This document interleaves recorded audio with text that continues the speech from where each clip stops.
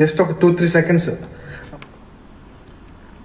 Right, back to back calls వస్తున్నాయి. చాలా మంది కామెంట్ చేయడం జరుగుతుంది. మరి కాసేపట్లో ఇప్పుడే నేను కొంతమంది అధికారులతో కూడా మాట్లాడాను. వాళ్ళు మరి కాసేపట్లో దీనికి సంబంధించి పూర్తి స్థాయి డీటెయిల్స్ తెలుసుకున్న తర్వాత వాళ్ళు మనతో మాట్లాడతానంటూ చెప్పుకొచ్చారు.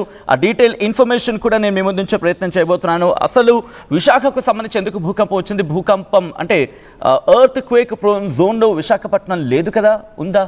సో ఈ క్వశ్చన్స్ వస్తూ ఉంటాయి. సో దీనికి సంబంధించి కూడా మాట్లాడుకునే ప్రయత్నం చేద్దాం. నెక్స్ట్ కాలర్ కుమారి ఉన్నారు. కుమారి దగ్గరికి వెళ్ళే ప్రయత్నం చేస్తున్నాను. కుమారి గారు ఎక్కడి నుంచి అండి? నేను వైజాగ్ విశాలాక్షి నగర్ నుంచి మాట్లాడుతున్నాను సార్. కుమారి గారు, ఏం జరిగింది 4 గంటల ప్రాంతంలో?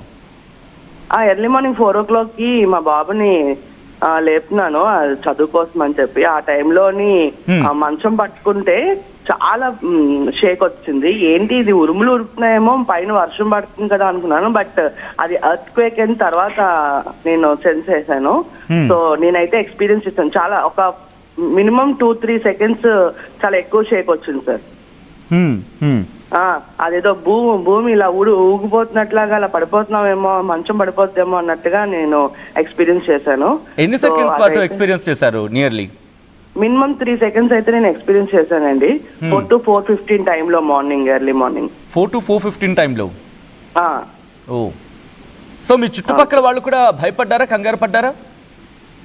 అంటే అప్పుడు వాళ్ళందరూ పడుకునే ఉన్నారు. నేను ఒక్కదానే లేచి బాబుని లేపడంతో బాబు కూడా ఉన్నాడు.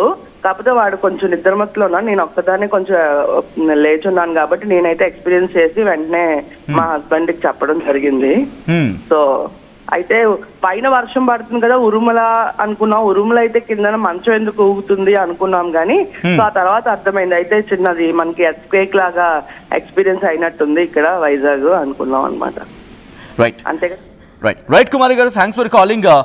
విశాఖపట్నంలో కాదు, విజయనగరంలో కూడా భూకంపం వచ్చిందంట. అనుష కమెంట్ చేశారు ఇప్పుడే.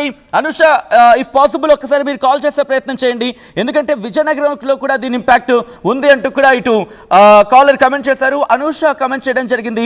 దాంతోపాటు మరికొంతమంది కమెంట్ చేశారు. చాలా భయం వేసింది సార్ అంటూ, సౌండ్ ఎటు 420 అంటూ చెప్పుకొచ్చారు.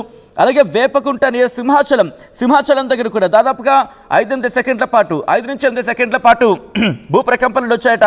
అలాగే మరికొంతమంది ఎస్ వచ్చింది, I'm from Vizag, I'm also face to కిట్టు కమెంట్ చేయడం జరిగింది. వాళ్ళతో పాటు మరికొంతమంది కూడా కమెంట్ చేశారు. ఒకసారి ఆ కమెంట్స్ కూడా నేను చదివించే ప్రయత్నం చేస్తున్నాను. కమెంట్స్ ఫ్లడ్ అయితే ఉంది కాబట్టి నేను మొత్తం అన్ని చదివే ప్రయత్నం, మ్యాక్సిమం కుదరమని చెప్పే ప్రయత్నం చేస్తున్నాను. నెక్స్ట్ కాలర్ ఉన్నారు, లక్ష్మి వైజాగ్ నుంచి. లక్ష్మి గారు, ఏం జరిగింది 4 గంటల ప్రాంతంలో? మార్నింగ్ నేను కార్తీక మాసం కదా, మాది వైజాగ్ ఆల్ ఇండియా రేడియో. ఎక్కడండి? All India radio staff quarters. Okay, all India రేడియోలో మీరు వర్క్ చేస్తారా? ఆల్ ఇండియా రేడియో మా వారు వర్క్ చేస్తారు. ఓ, ఓకే. అయితే కార్తీక మాసం అని చెప్పేసి కరెక్ట్ 4:20కి ఓకే నేను లేచేసరికి అది మన డ్రెస్సింగ్ టేబుల్ షేక్ అవుతుంది సార్. ఓకే, ఒక 3 seconds అయింది. ఇల్లు కూడా సౌండ్ వచ్చింది, కొంచెం క్వార్టర్స్ లైన్. ఓకే, అంటే బయటకు వచ్చి చూసాను, తలుపు తీసి. నేను ఏంటైందా అని చెప్పేసి డోర్ తీసి చూస్తే ప్రశాంతంగా ఉంది, ఏమీ బయట ఏమీ లేదు. అలా అయింది సార్, అంతే. Right Lakshmi garu, thanks for calling. Next caller Mounika ఉన్నారు వైజాగ్ నుంచి. వాళ్ళ ఎక్స్పీరియన్సెస్ ని షేర్ చేసుకుంటున్నారు.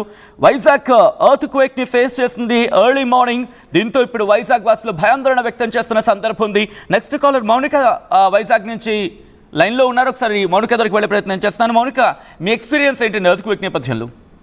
ఇక్కడ మహారాణిపేట నుంచి అండి. Narayanapeta. Okay, Maharanipeta. Okay, please continue Mounika. Just 4:27కి అలా చాలా నాకు బెడ్ ఇలా జరికిచ్చినట్టు అనిపించి లేచాను అనమాట. ఓకే, ఒక 3 seconds.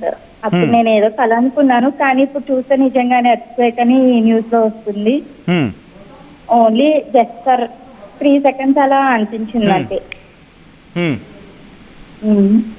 ఓన్లీ సౌండ్స్ అయితే వినిపించలేదు, కానీ బెడ్ జర్క్స్ అట్లా అయితే అనిపించింది, అంతే అండి. రైట్ మౌనిక, నెక్స్ట్ కాలర్ కూడా రెడీగా ఉన్నారు, వాళ్ళతో కూడా మాట్లాడే ప్రయత్నం చేద్దాం. అండ్ మీరు ఎటువంటి ఎక్స్పీరియన్స్ ఫేస్ చేశారు? మరీ ముఖ్యంగా విజయనగరంలో కూడా ఇటు విశాఖపట్నమే కాదు విజయనగరంలో కూడా భూ ప్రకంపనలు వచ్చాయని చెప్పి కొంతమంది కామెంట్స్ చేయడం జరుగుతోంది. ఒకవేళ ఆ ప్రాంతాలు ఉన్నవాళ్ళు ఎవరైనా ఉంటే కనుక కామెంట్ చేసే ప్రయత్నం చేయండి. విశాఖపట్నం ఈరోజు ఉదయాన్నే దాదాపుగా 4 గంటల ప్రాంతంలో భూకంపాన్ని ఫేస్ చేసింది. చాలామంది కాలర్స్ వాళ్ళ ఎక్స్పీరియన్స్ని షేర్ చేసుకుంటున్నారు. వైజాగ్ ఒక్కసారిగా ఉలిక్కి పడింది.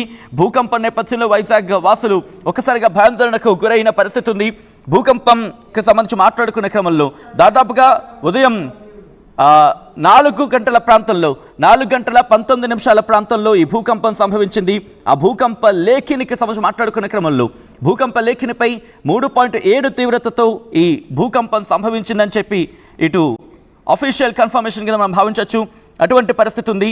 దాంతోపాటు ఎక్కడెక్కడ ఈ ప్రభావం ఉండింది అనేది ఒక్కసారి మాట్లాడుకునే ప్రయత్నం చేస్తే నెక్స్ట్ కాలర్ రమాదేవి కైలాసపురం నుంచి కాల్ చేశారు.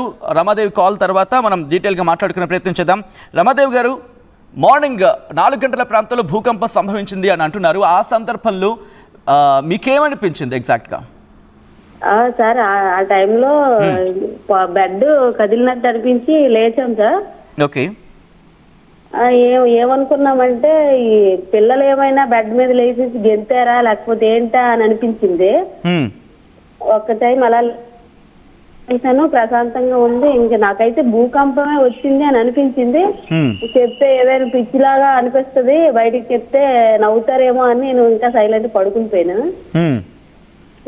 తర్వాత పొద్దున్న లేచి బయటకు వచ్చి చూస్తే ఇంకా అందరూ ఇదే టాపిక్ అన్నమాట. మాకు కూడా అలాగే అనిపించింది అన్నట్టు. ఓకే. నెక్స్ట్ విజయనగరం నుంచి